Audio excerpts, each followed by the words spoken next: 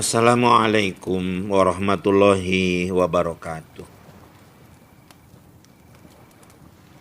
Innal hamdalillah nahmaduhu wa nasta'inuhu wa nastaghfiruh wa natubu ilaihi wa nastahdi wa nu'udzu billahi min syururi anfusina wa min sayyiati a'malina may yahdihillahu fala mudhillalah wa may yudlil fala hadiyalah. Asyhadu an la ilaha illallah wahdahu la syarikalah wa asyhadu anna Muhammadan abduhu wa rasuluhu la nabiyya ba'dah. Wassalatu wassalamu ala asyrafil anbiya'i wal mursalin Muhammad wa ala alihi wa ashabihi ajmain, amma ba'du. Pada ceramah Buya yang ke-19 ini, yaitu berkenaan dengan sejarah baginda Rasul Nabi Muhammad Sallallahu Alaihi Wasallam, akan membicarakan tentang pernikahan baginda Rasul dengan Siti Khadijah. Perbincangan Khadijah dengan sepupunya yaitu Waraqah bin Naufal berkenaan dengan baginda Rasul yaitu Muhammad bin Abdullah saat itu, yang menurut pandangan Waraqah bin Naufal dia akan menjadi seorang nabi. Saat itu Khadijah makin mempunyai kesan yang mendalam di hatinya berkenaan dengan Muhammad bin Abdullah.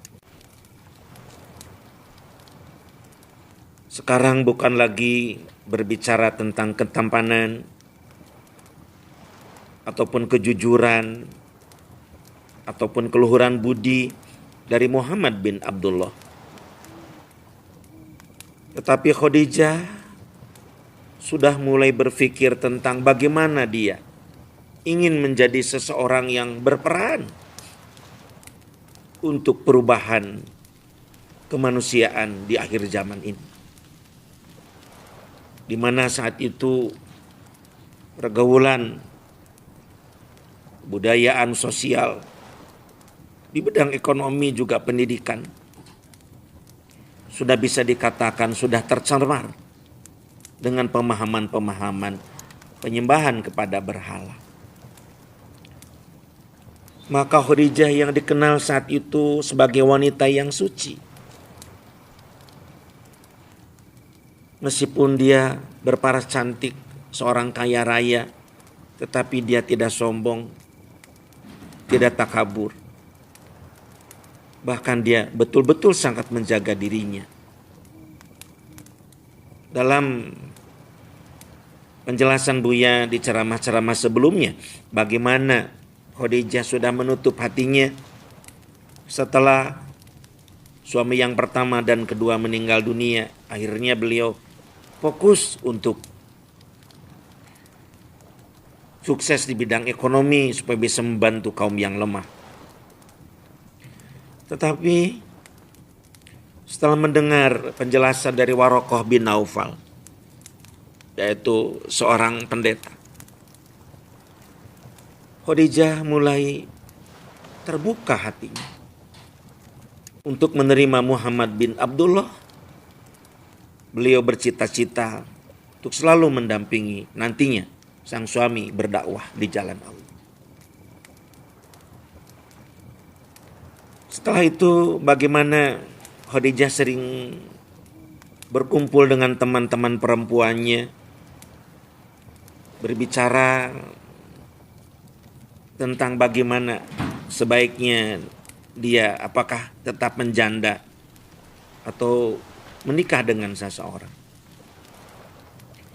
Bahkan Khadijah di hadapan teman-temannya suatu saat mengatakan, mengapa ya aku ini selalu membayangkan Muhammad bin Abdullah. Teman-temannya saat itu senyum-senyum dan mengatakan, wahai kawanku, temanku, Khadijah, kami sangat mendukung jika kamu bisa menikah dengan Muhammad. Setelah ada dukungan dari teman-temannya sebagai bentuk sharing, bagaimana pendapat teman-temannya, ini lebih menguatkan keinginan Khadijah untuk menikah dengan Muhammad bin Abdullah. Usaha Khadijah berikutnya, bagaimana beliau mengutus salah satu staf perempuannya yang bernama Nafisah binti Umayyah. Nafisah binti Umayyah ini seorang staf dari baginda atau dari Khadijah Al-Kubra yang bisa dipercaya oleh Khadijah. Sedangkan Nafisah binti Umayyah ini adalah kerabat dekat dari Muhammad bin Abdullah. Kemudian sementara itu juga adinda dari Nafisah binti Umayyah adalah sahabat dekat dari baginda Rasul, yaitu yang bernama Ya'la bin Umayyah. Nafisah saat itu menyampaikan maksud dan tujuan bertemu dengan Muhammad bin Abdullah. Ya'la juga adinda atau adik daripada Nafisah hadir saat itu, menyampaikan, wahai Muhammad, sepertinya Khadijah itu memperhatikan kamu. Sering berbicara di antara kami, di antara kita. Bagaimana Khadijah selalu atau sering berbicara tentang kamu wahai Muhammad. Begitu kata Nafisah. Baginda Rasul saat itu dapat dikatakan cukup kaget. Baginda Rasul yang saat itu perekonomiannya dapat dikatakan belum maju, baru berusaha untuk menjadi seorang pebisnis. Setelah mendengarkan maksud dan tujuan dari Nafisah binti Umayyah, baginda Rasul langsung berbicara dengan paman tercintanya, yaitu Abu Thalib. Abu Thalib sebagai pengganti daripada orang tuanya, kemudian mengadakan komunikasi dengan keluarga Khadijah. Akhirnya alhamdulillah disepakati silaturahmi antara keluarga baginda Rasul yang diwakili oleh Abu Thalib, dan juga hadir saat itu adalah Hamzah, ikut ke acara itu.